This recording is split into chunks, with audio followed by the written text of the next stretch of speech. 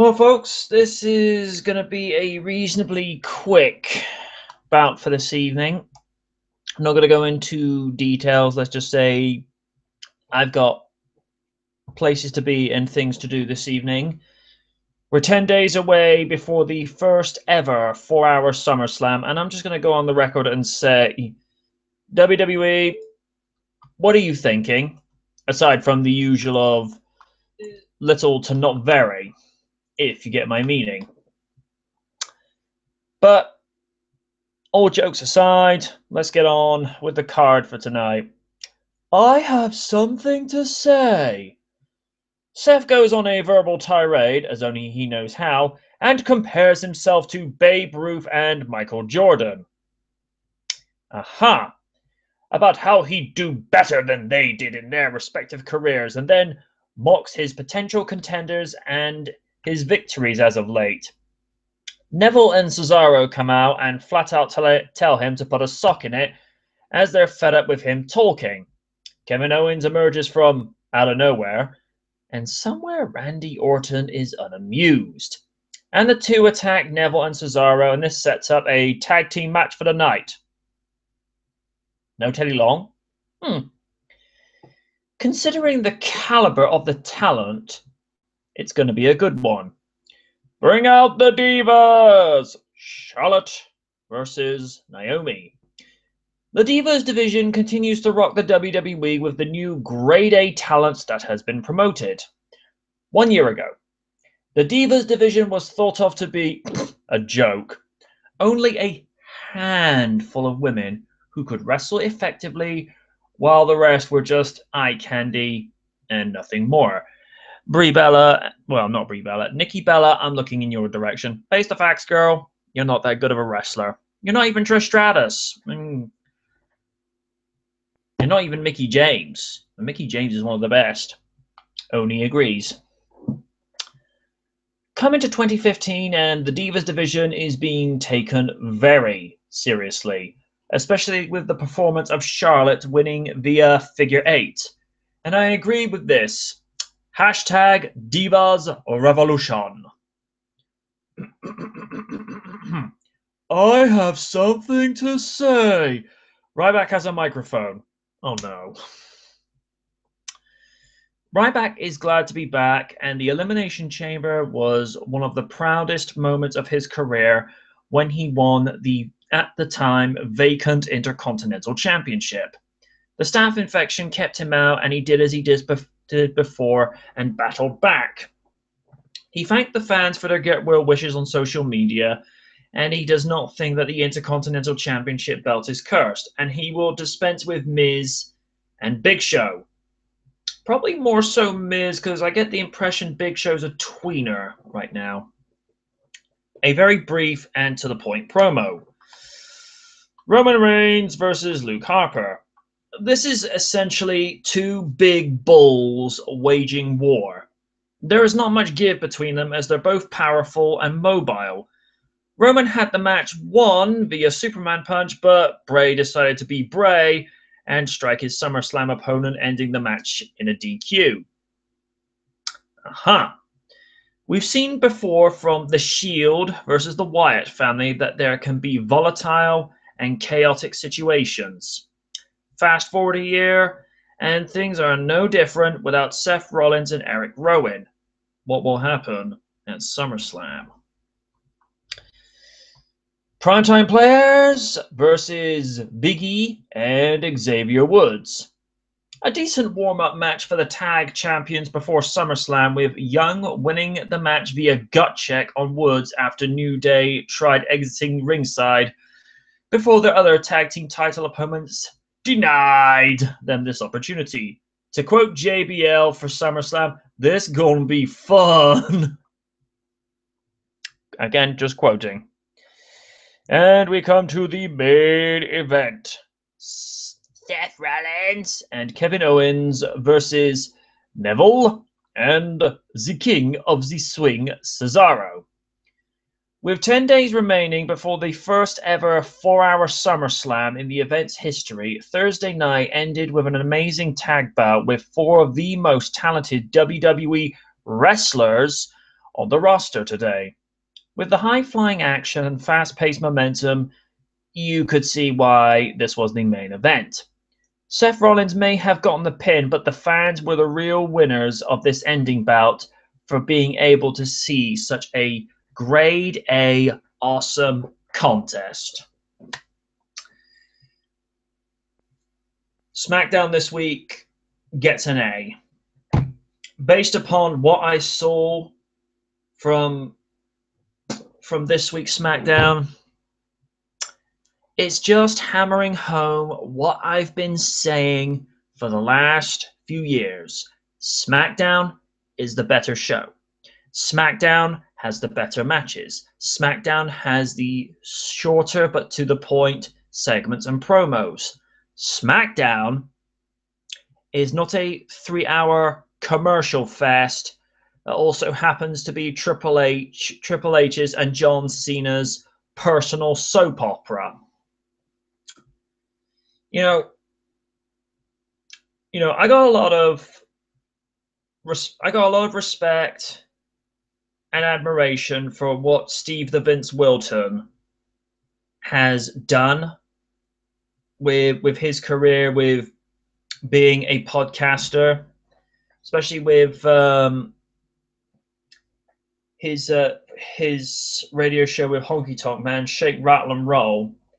But I disagree, and this is, I'm not having any personal dispute with the guy. I'm just calling this for what I see it. SmackDown is not a B-rated show compared to Raw. I'm just calling this for what I see it.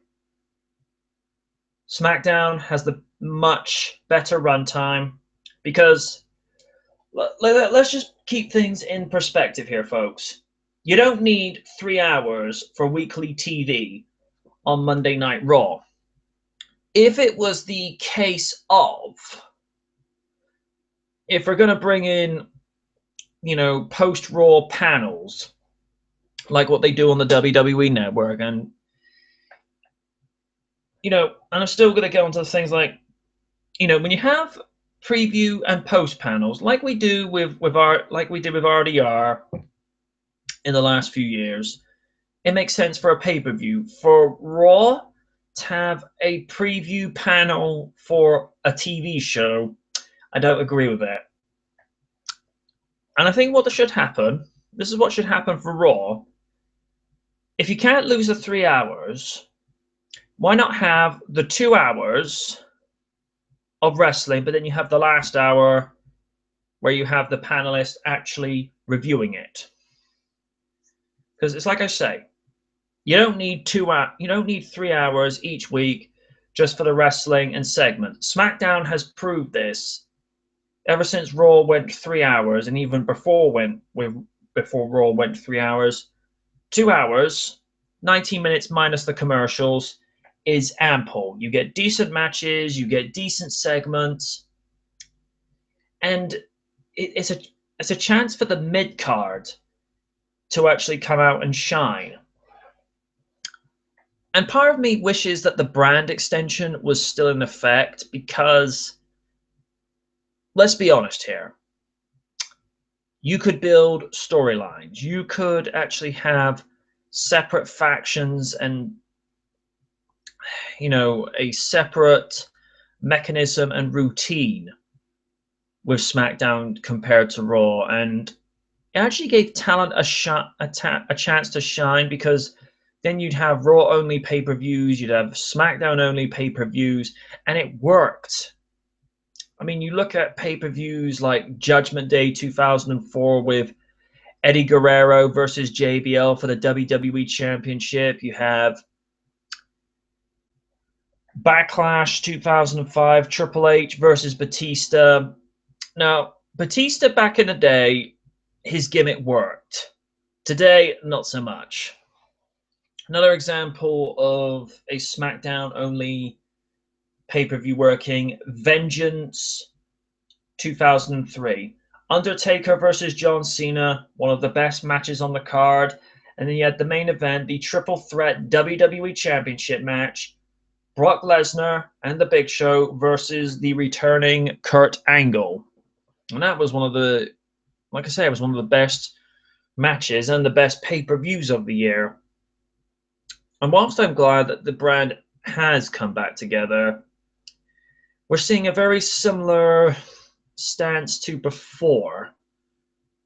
There's always one specific pool of talent that's continuously dominating. I mean, when you think of, even when the brand split had gone, there were still 2 world titles, but who was on top during that time? John Cena for a couple of months, then it was CM Punk going into the very start of his 434-day title reign, which I'll be very intrigued to see Seth Rollins try and match or succeed that. Personally, I don't think he will.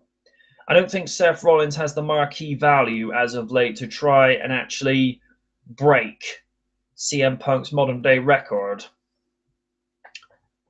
And I know I'm getting off on a tangent, but this is why I say SmackDown's the better show. Much easier runtime to deal with, better matches, talent is better used, and like I say, it's not a 3-hour soap opera fest, because we don't need that. And this is something I want to agree with Razor Fist.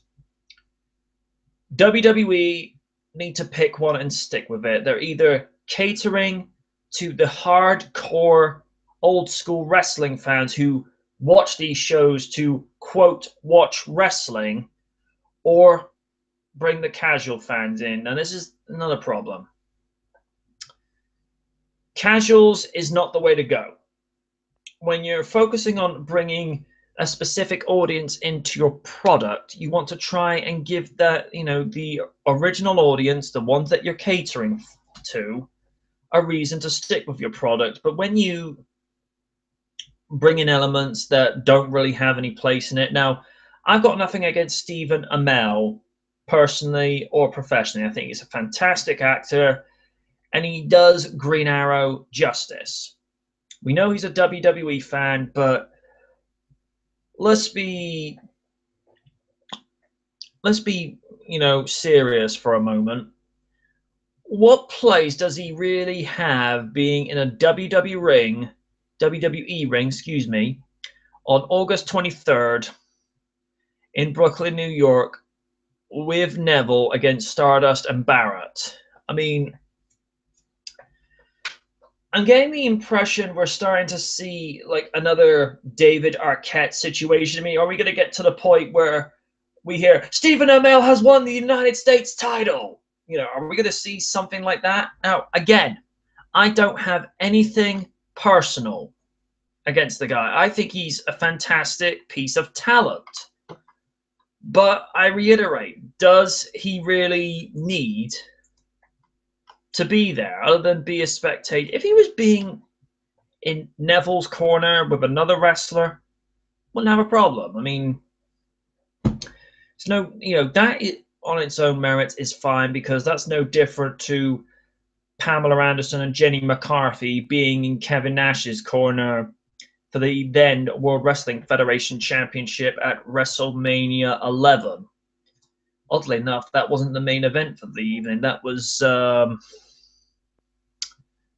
think that was Taylor Johnson versus Bam Bam Bigelow.